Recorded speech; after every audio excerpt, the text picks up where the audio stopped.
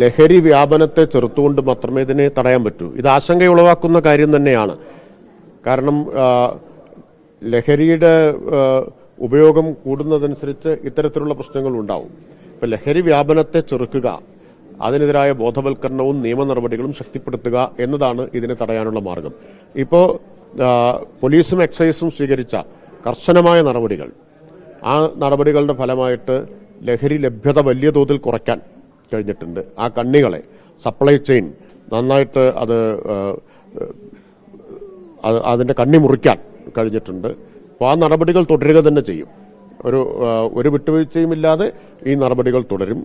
അതോടൊപ്പം തന്നെ ബോധവൽക്കരണവും ശക്തിപ്പെടുത്തും. ബഹുമാനപ്പെട്ട മുഖ്യമന്ത്രി വിളിച്ചു ചേർത്ത ഉന്നതതല യോഗം ഇത് സംബന്ധിച്ച് ഒരു ആക്ഷൻ പ്ലാൻ തയ്യാറാക്കാൻ സെക്രട്ടറി തല സമിതിയെ നിയോഗിച്ചിട്ടുണ്ട്. അവരുടെ റിപ്പോർട്ട് കിട്ടിക്കഴിഞ്ഞാൽ, ശുപാർശകൾ കിട്ടിക്കഴിഞ്ഞാൽ ഇക്കാര്യത്തിൽ തുടർ നടപടികൾ മുഖ്യമന്ത്രിയുടെ തന്നെ നേതൃത്വത്തിലുണ്ടാവും.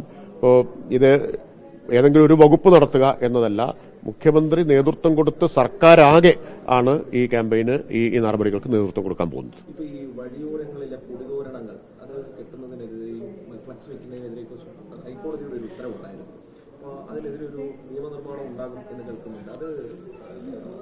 ഞാൻ അസംബ്ലിയിൽ വ്യക്തമാക്കിയിരുന്നു ആ കാര്യം.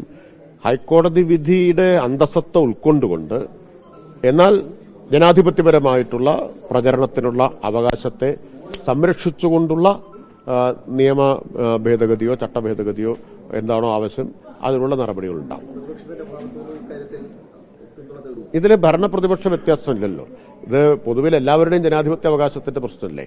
എന്നാൽ കോടതി ചൂണ്ടിക്കാണിച്ചിട്ടുള്ള സുരക്ഷയുടെ പ്രശ്നങ്ങളുണ്ട്, അത്തരം കാര്യങ്ങളുണ്ട്. ഇപ്പൊ കോടതി വിധിയുടെ അന്തസത്ത പൂർണ്ണമായിട്ടും ഉൾക്കൊണ്ടുകൊണ്ട് തന്നെ ജനാധിപത്യ അവകാശങ്ങളെ ഹനിക്കാത്ത തരത്തിൽ പ്രചരണം നടത്താനുള്ള നിയമപരമായ നടപടികൾ സ്വീകരിക്കും.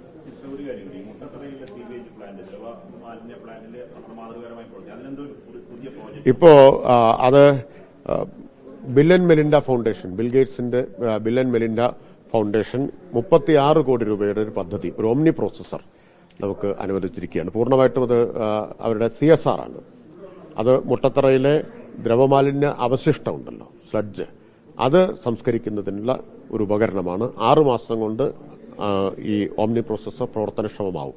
അപ്പൊ അത് നേരത്തെ തന്നെ നമുക്ക് അവരത് അനുവദിക്കാൻ തയ്യാറായിരുന്നു, അവരുമായിട്ടുള്ള ചർച്ചകൾ നടന്നിരുന്നു. അപ്പോൾ എയർപോർട്ട് സോണിലായതുകൊണ്ട് എയർപോർട്ട് അതോറിറ്റി ഓഫ് ഇന്ത്യയുടെ ക്ലിയറൻസ് ആവശ്യമായിരുന്നു. ഇപ്പോൾ ഇന്ന് എയർപോർട്ട് അതോറിറ്റി ഓഫ് ഇന്ത്യയുടെ ക്ലിയറൻസ് കിട്ടിയിട്ടുണ്ട്. ഇപ്പോൾ 36 കോടിയുടെ ഒരു പദ്ധതി കൂടി മുട്ടത്തറയിൽ വരികയാണ്.